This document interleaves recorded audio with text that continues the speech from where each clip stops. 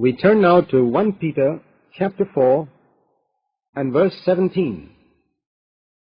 For it is time for judgment to begin with the household of God.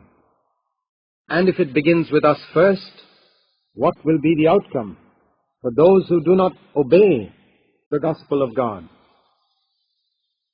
Here is a verse that tells us what should characterize God's house.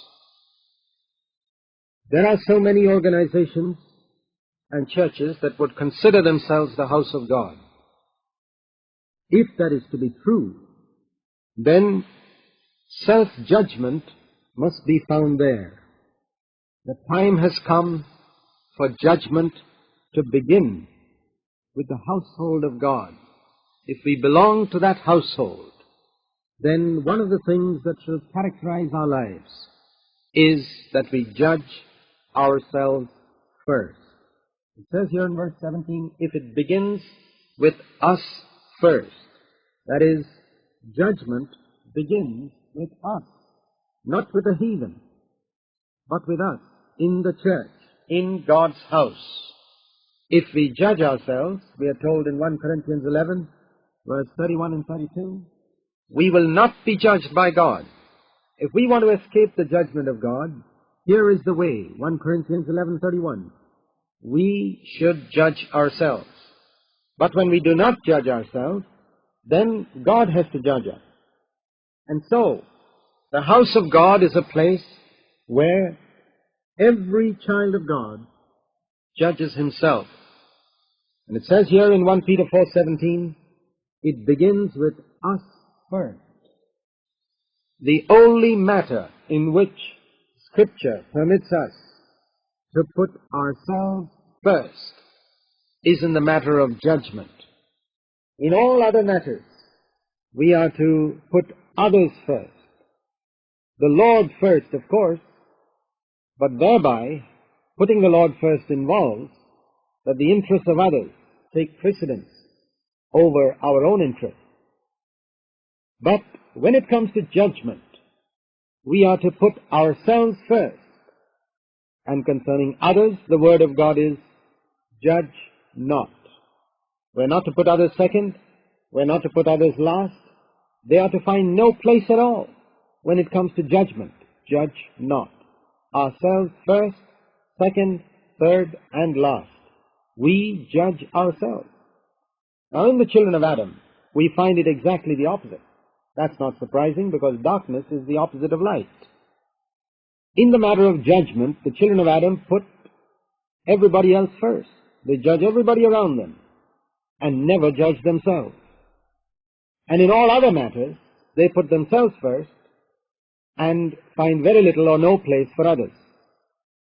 Now, this is exactly the opposite of the nature of Christ. For the flesh lusts against the Spirit, and the Spirit against the flesh. When we are filled with the Holy Spirit, we shall learn to judge ourselves, because sin dwells in our flesh, very close at hand to us, and unconsciously we all do so many things that are wrong. And when we get light on it, even though we may have ceased from sin, consciously, unconsciously, what we do wrong, gradually as we grow in grace, we get light on it. And where we get light on what we have done wrong, we need to judge ourselves severely, radically, wholeheartedly, and go the way of the cross, of death to self in that area. For example, to take a practical matter, if God were to convict you that you were speaking too much, that you dominate the conversation too much when you're with others, then that is a matter you may not have had light on before. You could say it was not a conscious sin, but once you get light on it, it becomes conscious. And then you need to judge yourself severely. Perhaps you are convicted that you were a bit selfish in the way you gave that person something or didn't give. There you need to judge yourself then and be cleansed from that. There are many verses in the Scriptures that speak of our purifying ourselves. 2 Corinthians 7:1. Let us cleanse ourselves, it says.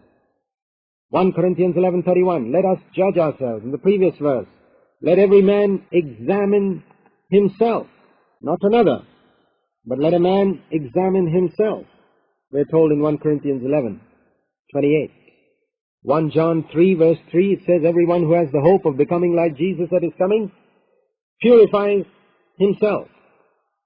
In 2 Timothy chapter 2, where it speaks about the various types of vessels and the one that is sanctified being used by God, it says, every man must cleanse himself from these things, and then he can be a vessel sanctified, 2 Timothy 2:21.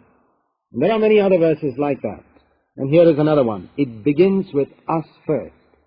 Dear friend, in your life, does judgment begin with you first? Of course, the outcome for those who do not obey the gospel is going to be terrible.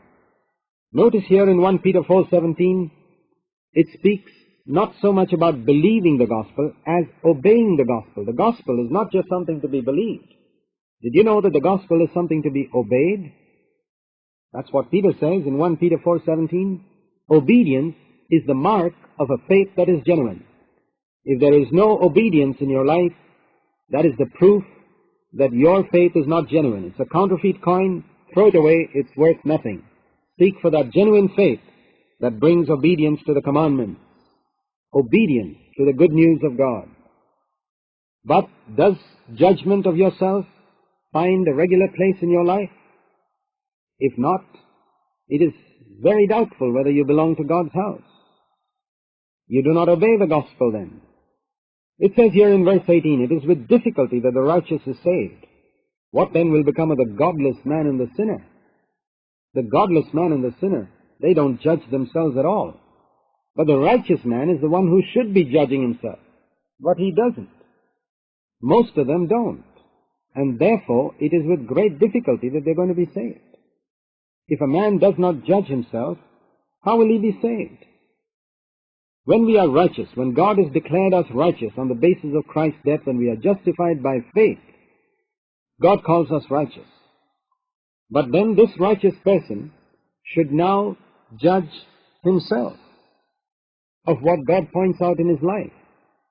And here is where the righteous person may not realize that he needs to judge himself. He may not think that he needs to judge himself.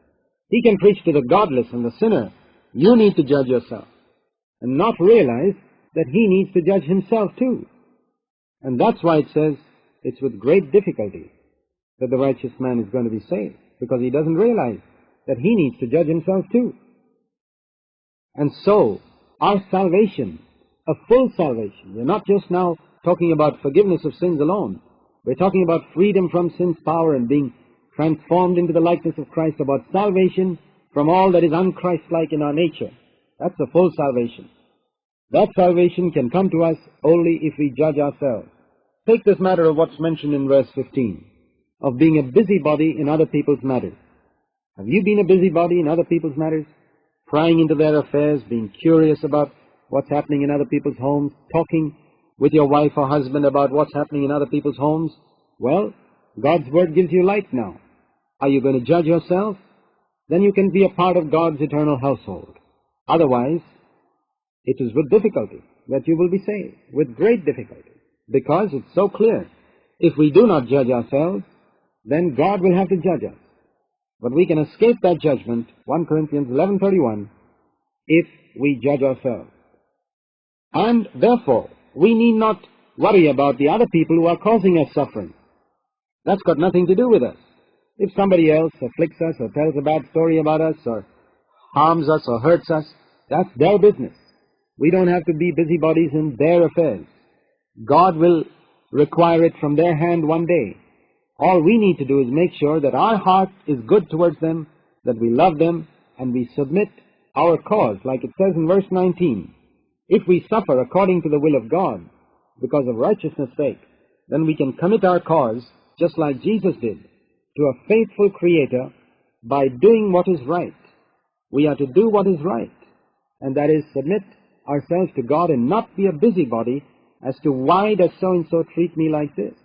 Why does so-and-so say this about me? That's got nothing to do with us. That's their business. God will deal with them. Our business is to submit to God and to love that other person fervently and to do good to him. And God will take care of all the rest.